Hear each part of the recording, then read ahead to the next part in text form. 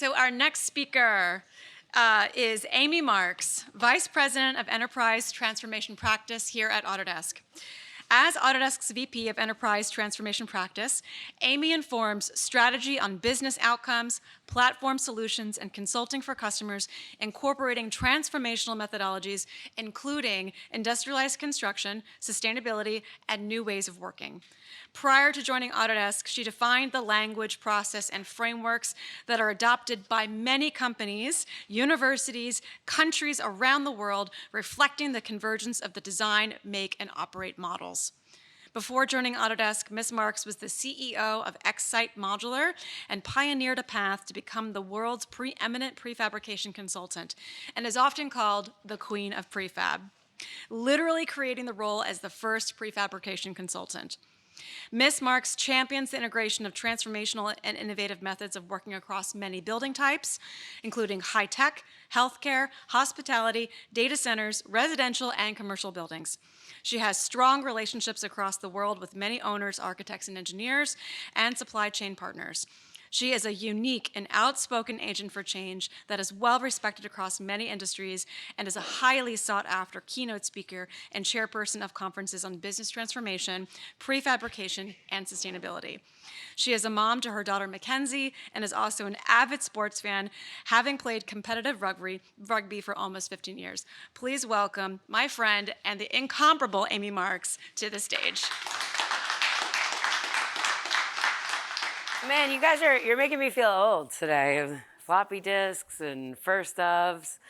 First of all, I want to thank Howick for having me today. I really appreciate it. And we go back a long time to your dad's days. So I really appreciate the time, again, aging myself. Welcome, everybody. I'm so excited that you're here at the Tech Center, because I think a lot of our customers don't understand the amazing opportunities that are available to you, from research to the Tech Center residency program to participating in incubations and beta tests. It's the kind of thing that I talk about all the time. There are so many opportunities. There's more than one way in the house, as I like to say. I actually do have to show our a little bit of a debrief here, but this is our safe harbor statement. I'm also missing a few titles, but that's okay. Just give you a minute there, because I like to call myself a futurist, but I'm a near-term reality-based futurist. So I think that's a little bit different than being a futurist, because I always like to say I'm still wet and dirty from the industry as we talk about technology. So just to give you an idea about this word convergence that everybody's using, we're talking about the melding of things. Pressure creates even greater convergence. Think about it like a vice that's been on our ecosystem in our industry that creates, new processes, new technologies. But the part that I'm most interested is in new business models. How many of you can say that your business is different than it was 5 years ago? Raise your hand. So we just did a study, actually, at Advancing Prefabrication, and we asked a group of people, in the next 5 years, what do you think is going to happen to your business? And more than 1/3 of the people in the room said their business would be unrecognizable in the next 5 years. Unrecognizable. Now, almost 30% of the room were in the VP and C-suite executive seats. Unrecognizable. An even greater number of those people said that they would move further left in front of the design build process to inform and become more important in that process. I like to say I don't actually think it starts with design anymore. You're seeing a lot of loops around of like information informing the design. I like to think of it flipped upside down. But yes, we are leading the design make worlds here, hopefully with the make informing the design in these patterns that we keep seeing. I think that's really important. We have to really think about how this is going to change us. And you've heard some of these things. I want to, by the way, the one thing you didn't say in my very long bio, I apologize, is that my job is to make you feel very, very uncomfortable. Both Autodesk and our customers, right, Allie? Yeah, it's my job. I'm troublemaker number one, as Steve Blum likes to say about our agents for change. How many $14 trillion ecosystems on the planet do you know that have yet to be commercialized with e-commerce? How many? How many do you think are out there for guys like Amazon, Ariba, and Alibaba to get new ways of, bringing people into their platforms? How many $14 trillion ecosystems exist out there yet to be touched? We're pretty much it, right? And so all this cash for chaos that's been going on for many, many years is the reason people are getting paid on waste. They're not getting paid on value. And so you better think about when people say that their jobs are going to be very different in their businesses in the next few years, you have to think about things like expected experience, like what is going to happen, what's been happening around the world. One of the things I love about this slide, I love the fact that we look at by 2030, there's going to be 200 million construction jobs. I'm 51. I wish I was going to be one of those people by 2031. 41% are retiring. Look around you right now. How many of you are under 35 in the room? Raise your hand. 7 on average. We have a problem. Look around. How many people are in diverse populations? Allie knows I usually like to walk around and meet every woman that's in the room. That's getting a little harder. I'm pretty close to being able to do that. How many people look from diverse populations around the room? We kind of look a little bit of the same. I was on stage at a data center conference last week, a few weeks ago, 50 speakers, 4 women. We have an issue. So let's talk about pizza. How many of you, who's under one of those 7 people that was under 30 years old, how many of you ordered pizza from your Apple Watch ever before? Yeah, what's your name? Derek. Here's how Derek orders pizza from his Apple Watch. He can actually order pizza from Domino's on his Apple Watch. He can see when it's going, he can customize it, right? You can pay for it on some other app like Venmo or Cash App, whatever your preference is. He can see when it's going into the oven. He can actually understand the estimated time he has to run home from work to be wherever he's going to be to pick it up. He can ask for contactless payment if he wants to. He will know that that was a background check driver, know the license plate and make and model of the car. He will see when the pizza's on its way. He could actually say, don't ring my Ring doorbell, although he'll see the guy's face as he walks up so that his dog, you have a dog? I have a Labradoodle. Told you. So that his dog doesn't bark, so you can see him walk up so they can get his pizza. That is the expected experience of people that use technology in how you order a pizza every day. How many of you are over 45 in the room? Raise your hands. That's everybody else. So our expected experience, unlike ordering a pizza, is you're on a job site and you are calling somebody to call somebody else. Our biggest thing is we have cell phones now. To call somebody else who calls somebody else to see if your $400,000 piece of critical equipment is going to show up that day, while somebody who makes about $200,000 to put that piece of equipment in place and a crane that costs far, far more is sitting there unused while you wait for someone to call somebody back to see if you're actually going to be working that day. True? Not true. True, right? Raise your hand. Spirit, jazz fingers, if that's true. Yes, right? Like, why is that our expected experience? Why is that acceptable to all of you? Derek, start asking people at your job why that is their expected experience. Start asking them, you know you can order pizza with far more technology than what we're doing here today. And I think that's a really critical issue, is that our expected experience really has to change. And I would ask all of you this, knowing that your businesses are going to change, what does your business want to be when it grows up? I don't care in any country, in any language, whenever I say that in any translation, every CEO or COO can answer it immediately. I don't use a lot of fancy words. We don't have to say a lot of things. I say, what does your business want to be when it grows up? And they can all answer that. You have to start asking yourself, what is it exactly that you want to be? Describe it. Stop using these words, the business words that everybody else uses that I don't even know what the words mean anymore. I always say, I'll tell you a quick story. I know I don't have a ton of time today. My boyfriend never had Indian food, by the way. I cook Indian food at home. I have my own dosa batter, like grinder. I was like, let's talk about Indian food. So we went to an Indian restaurant. Everything was written down. And I said, I'm so excited you're going to have Indian food. And he said, what should I get? I'm like, what looks good to you? He said, these are all just words to me. And I was like, let me describe it to you. So I took out my phone and I started showing him pictures. And I realized that's not even enough. I had to be like, biryani's dry. It's very spicy. Like, spicy could burn your tongue if it's like a 10 out of 10. Like, butter chicken's a little bit milder. It's saucy. Like, I was like, you could put proteins in it. So now when I'm at work, I always say, describe it to me like Indian food. Like, what do you mean by that? And I tell them the story. I'm like, what does it taste like? How do I act? What does it walk like? What does it smell like? What does it do to me? How do I react? Like, what are the feelings about it? I think we have to start describing those expected experiences a little bit more like I described Indian food that day to my boyfriend. Because we use a lot of words. We shake our heads like as if we know what people are saying. And they mean, listen, design, make, Gonzalo, I'm looking right at you. Design, make means very different things to many different people. If you're in manufacturing, design make means something very different than you're in AEC, than you're in media and entertainment. We have to start describing what that design make experience looks like when we talk about our businesses. Change equals dissatisfaction the way things are now. How many of you are unhappy with the way your business operates? And by the way, that doesn't mean it's going awful. You could be aspirational that you're not quite where you want to be. How many people are unhappy? If you're not, probably not going to be growing much over the next 5 years. You're not one of those people that are changing. You're in the 1% that said no change whatsoever, by 1%. So you have to have dissatisfaction. You have to have a vision for what is possible. I used to say an army of robot dogs are coming. If you got to spend a month with one of them, do you know how it eats, how it sleeps, how it plays, what it does in its free time? How many outlets do you need to charge it? How does it interact with your children? What is it doing? If an army of robot dogs is coming, like what do you actually need to know about it if that's the vision? After that, you have to have your first concrete steps of action. That is where we all fall down. You will walk out of this today and you'll be like, that was great. You'll go home and you'll have the same expected experience, some of you, that you had the day before. Pick 1 or 2 things you see today and create concrete steps of action. All of that has to be greater than resistance. Here is a trick. The resistance is not coming from external factors in your businesses. It's mostly 90% coming internally at your own company. Autodesk included, by the way.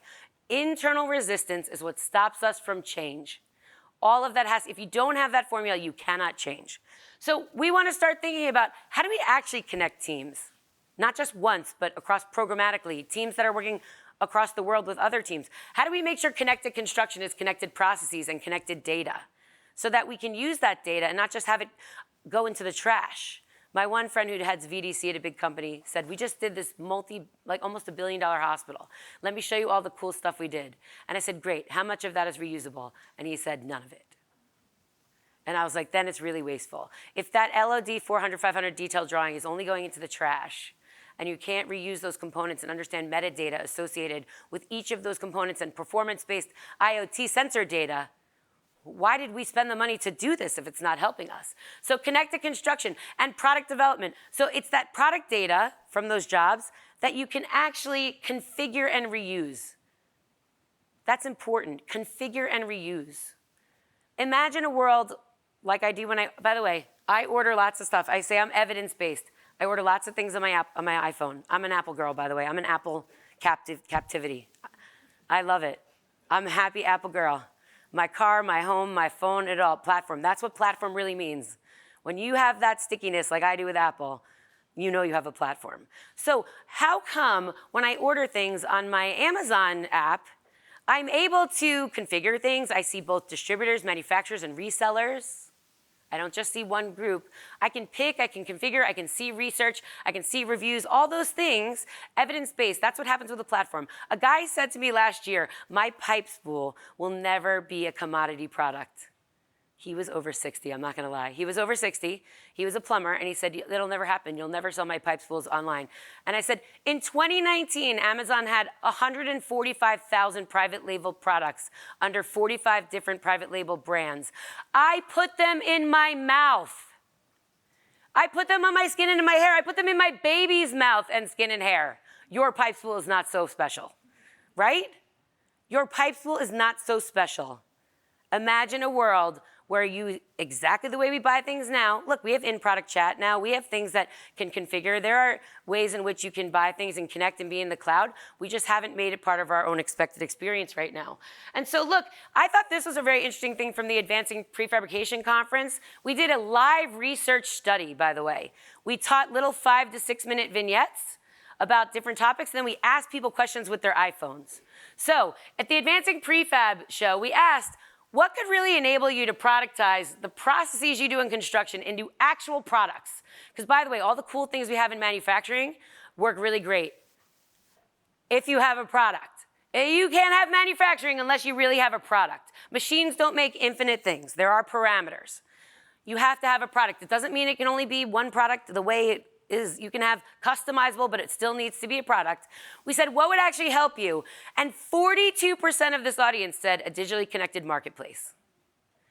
42%. Even more interesting to me, I think people said Technology that would allow me to understand the variations I've made over time. If I've made 1,000 pump skids, why do I have to get Amy Marks, who's been working in the industry for so long, to sit down and be like, what's the best pump skid we can make if we try to make the top 3 pump skids? Why can't AI do that for me, Gonzalo? Why can't I take all the LOD 500 drawings I have, look across all of those and say, these are actually the 3 most, these are the most that created like the least amount of variable for you. These 3 pump skids cover 95% of everything you've ever made in the last 5,000 pump skids. You just make these 3.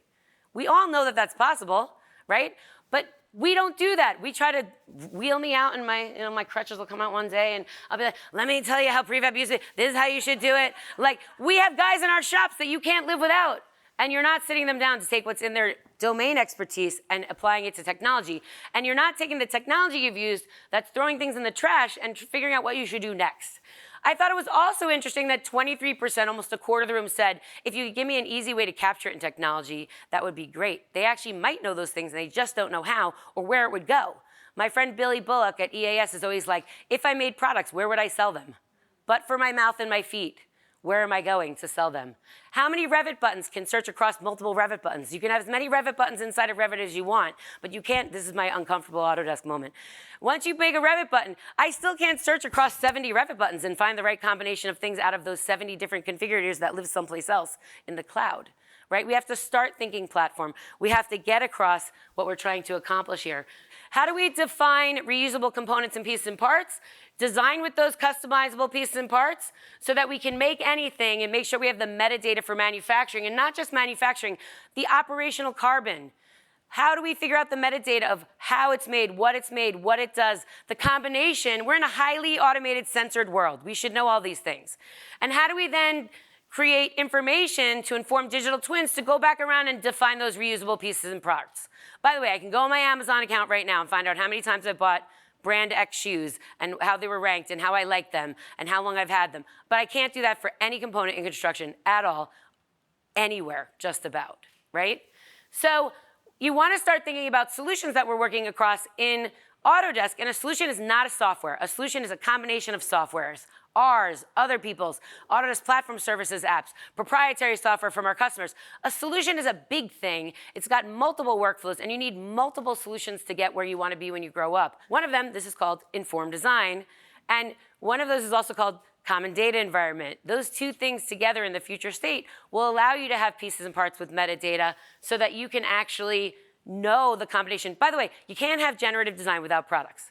How many people in the room know computational design? Raise your hand. 7, again, 8, 1 in the back, just like kind of know it. We just can't do it with geometric spaces, with spaces anymore. And people know that I like to say dumb boxes. Dumb boxes aren't getting us there anymore. Why? Because that dumb box actually doesn't allow for me to make things in the most efficient way so that I don't have waste, right? That's why it's really important. We have to start thinking about how to make this scalable. By the way, my friend is also Jamie, and you guys, most of you guys are my friends that are in the audience. It's great when you can do something with 13 suppliers and you know the details. It's another thing when you have to go global, right? A lot of the cool examples that many people are showing are by using a small amount of supply chain partners that they are controlling the outcomes of these so-called platforms. When you can truly make it global and it's open, where you can combine both known and unknown information to create buildings, because right now we're at like, I don't know, 3% known and 97% unknown. How do we shift that balance to have more known and less unknown, but still have them operating together so that we can continue down this path? It's not like you're gonna have products all in one day. We're not. We have to create and understand how this geometry that may still be empty works with things that are very fastener level detailed designed. And so we have to do it to make a more sustainable world. That is why I came to Autodesk. For most of you who know, I believe that we have the stack and the open platform to make that possible. I always say, if this is Autodesk, we always have to remember Waze lives on my Apple platform and they don't own it. Spotify lives on my Apple platform and they're still Apple Music. I don't like it. By the way, I went to Japan and Waze doesn't work in Japan. You have to use Google Maps. So I have the opportunity when I'm in Japan to even have a seamless experience when I have to switch the thing that I like to use. But think about next time how many apps it actually takes you to get from here to the restaurant you want to go to tonight. One day I counted it. It was 14 for me. Now, I don't know what Apple owns and didn't own of those 14. I never even think about those 14 apps. But you know what? I magically get to the restaurant. I know what I'm ordering. I know what I'm wearing. I know I'm there on time. I got a car out of it. I know my reservation got made.